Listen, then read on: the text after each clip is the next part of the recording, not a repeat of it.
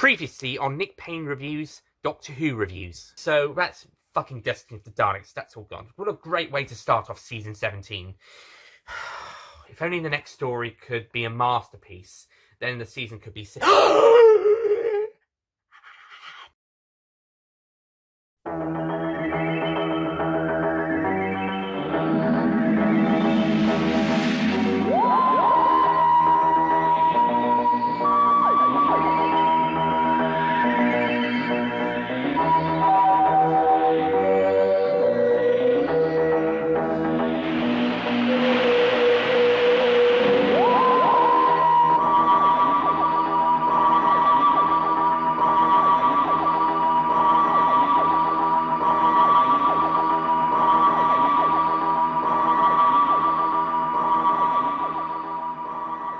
Hello ladies and gentlemen, Nick here, and welcome to my review of Doctor Who Season 17, Story 2, City of Death. More like City of fucking Awesome! This story is fun. This is a fun, enjoyable romp of a story. And it's a brisker pace story, especially in the second half. This story is enjoyable. You can sit down for an hour and 40 minutes and just watch the hell out of this story. It's so enjoyable.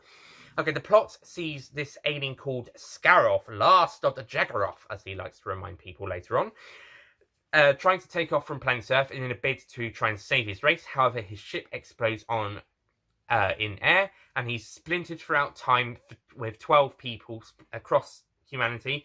And one of these splinters is a Count Scarlione, who's trying to fund money to by selling art. Pieces of the art, pieces of well-known art, popular art, arty stuff, to get money to build this time machine. He and a Professor Kataski are using have a time bubble, which means they can speed up growth of something, such as a chicken, or reverse it. They can only go forwards or backwards in that natural life. What Scarlione, aka Scaroff, wants to do is able to make the whole world go back in time, so he can travel back in time to stop. He can travel back in time to stop his original self from taking off the Earth, but he's only got a limited time. This is where the Doctor and Romana come in. Whilst on holiday in Paris, I guess the randomizer took them to 1979 Paris as opposed to any type of Paris, but they managed to get to Paris, which is where the Doctor wanted to go.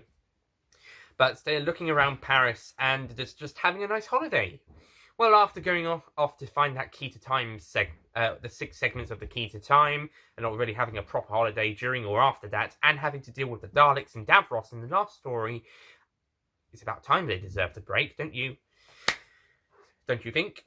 Well, it's during this holiday that the Doctor and Romana discover that there is some sort of time. Correcting time. But they decide to ignore it for a little bit to go to the Louvre. However, once another one, some more cracks in time take place, the Doctor then discovers a bracelet belonging to the Countess Scarlione that is not of human make, and that eventually leads him to the Count and him discovering what the Count is up to, and 6 Mona Lisas, all done by Leonardo da Vinci. And the Count is planning to steal the one in the Louvre, making 7. And it looks like he's going to sell all 7 to 7 people who buy the Mona Lisa, as the Doctor and Romana's new friend Duggan explains.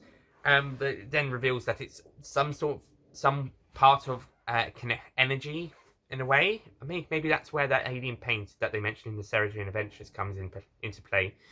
But the Mona Lisa somehow help build the time energy for the time machine. I don't quite get it either. I'm just going along with it. And so the Doctor travels back in time to actually visit Leonardo, where he discovers the Count, another splinter of the Count of Scaroff, is there, plus his one of his guards, played by Peter Halliday, who the Invasion fans will remember as Packer. Pretty much the best henchman in the show. But this story has the best butler in the show, with Herman, who well, as the Doctor says, wonderfully violent. And yeah, Herman is actually a fun henchman butler character, and who's incredibly violent. Sorry, that's what the Doctor said. Not. He says he was a wonderful butler. He's so incredibly violent. He's so incredibly violent. Sorry. But yeah, Herman's a fun character, and he's got some fun moments. And eventually, the Doctor is able to write "This is a fake" on 6 canvases and writes a note for Leonardo da Vinci to paint over them.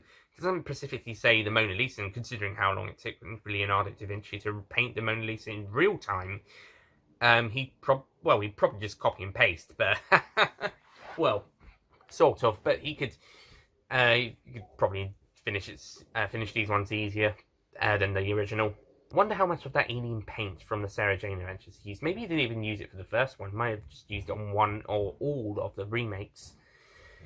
And somehow the Count or Scar or some of the Scaroffs acquire these paintings, and so the Count can have them in time to steal the 7th one. Eventually, the time experiments succeed with the help of Romana under force. The Ash gets captured again. 8th time! 8th time! But this time it actually works in the story context. And it's also not for long. And also other points of the story, she and the Doctor and Duggan are kind of trapped together, so yeah. Forgiving this one, this time, Romana. I'm forgiving you for this one, Romana. Forgiving you. Eventually, the Doctor, Romana, and Duggan prevent Scaroff from changing time with Duggan, because Duggan's a character who loves to punch people and break things. And this time, he actually does something right by punching Scaroff in the face to prevent him from changing time. The Doctor calling it the most important punch in human history. And Scaroff goes back in time where Herman sees him and throws something at the time machine, which causes the place to explode and shattered to catch fire. The Mona Lisa and 5 of the replicas are destroyed, but one of the replicas, the one closest to the wall, was able to be saved and is therefore put into the Louvre, and the Doctor and Romana say goodbye to Duggan at the Eiffel Tower. So yeah, City of Death. It's a really fun, really entertaining story. The cast is amazing. Tom Baker and Lana Ward give great performances again, both comedic and a bit more serious in some places, but mostly comedic, but fun comedic and enjoyable. Julian Glover is possibly the best guest star in a Doctor Who story since Philip Maddock. Although I did love Peter Jeffries in Andrew Zatara, I think Julian Glover does an amazing performance. Yeah, he was also King Richard I in The Crusade, and he did a great job there, but he is just so charming and charismatic as Scarlione here, and he put 100% effort into him and Scaroff and the other Splinter. He even goes as far as to even have other Splinters appear in one bit during part 3. That's dedication. I think he's really great. Catherine Satchell is also really good as the Countess, and the guy playing Herman, he's great. Their characters are really well done, and I'm happy to see Peter Halliday back as well for a cameo. Not a cameo, for a small appearance. And Duggan is one of the best supporting characters of the show. He's one of the characters you would like. Not only would you like to see a Big Finish spin-off with him, but you'd actually want him to join the TARDIS team and be a companion. I think Matt did a video on Almost Companions, and I think he put Duggan as his classic series choice. This is Matt Morris. Fun fact: this is his favourite story, so a shout out if you're watching. And yeah, I can absolutely see why he would put Duggan here. He is such a great character. No K9 in this story, although the Doctor says hello to K9, but that's due to the fact that they would have to spend more money on K9 being in Paris. Fair enough. So the K9 would make his return in the next story with a new voice actor, as John Leeson was unavailable for some reason, or unwell. David Beardley, but he'll be in the next story. And as I mentioned, Troy Skelton did the Ars and Airs at the start of Destiny. So yeah, and the location work is beautiful. Once again, lots of beautiful location work, taking full advantage of location Paris. Got some great sets as well, and it just looks all brilliant, and the model effects look really good as well. Apparently, one of the model effects person behind it worked on Thunderbirds, which is really great, and has a lot of experience in that. And even the design of Scaroth actually looks really good. The mask, and yeah, there are some typical set design, typical noticeably sets earlier on, but at the spaceship, but it still works really well. And the story is just a ton of fun, really enjoyable, and just absolutely great. Apparently, this was one of David Fisher's stories that he submitted to the script writers. This was going to one of three. One of them would also be the next story, The Creature from the Pit, and another would eventually turn into this story. However, later drafts could not be written by Fisher due to having some personal issues at the time, so it was then handled by Graham Williams and Douglas Adams, the producer and the script editor. And unlike Destiny of the Daleks, they don't fuck it up.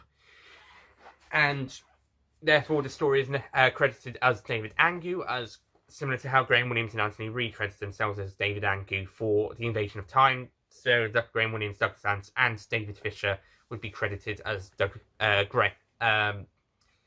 Angu for this story, and they've done a marvelous job with the story, and with the Fisher with the story, and Williams and Adams with the adaptation of that story to what we've now got with The Magnificent City of Death. So I'm going to give City of Death a 10 out of 10.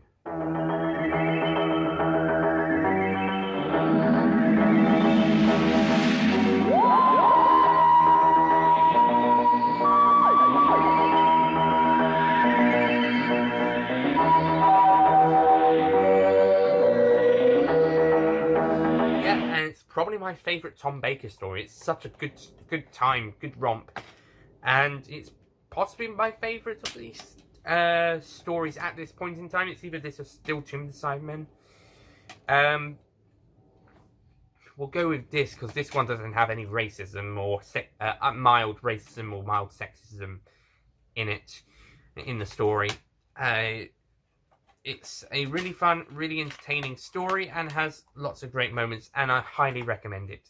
It's a great story, and yeah, and it's the silver lining of this season. Anyway, that's City of Death. Next time we'll be looking at the other story one of the other stories David Fisher submitted, and which actually did become this story, The Creature from the Pit. Not as good as City of Death, but how good is it? Well, we'll find out next time. I'll see you guys then. Goodbye.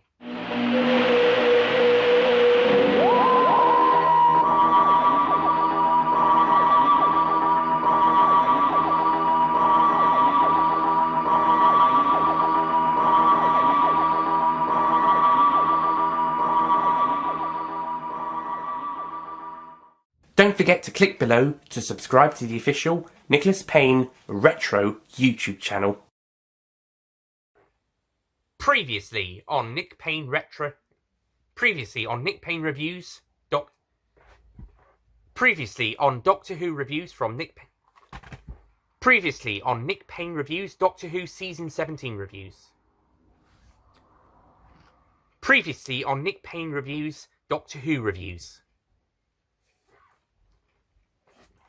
That he can use to travel forward, further into, or earlier, or which the experience, and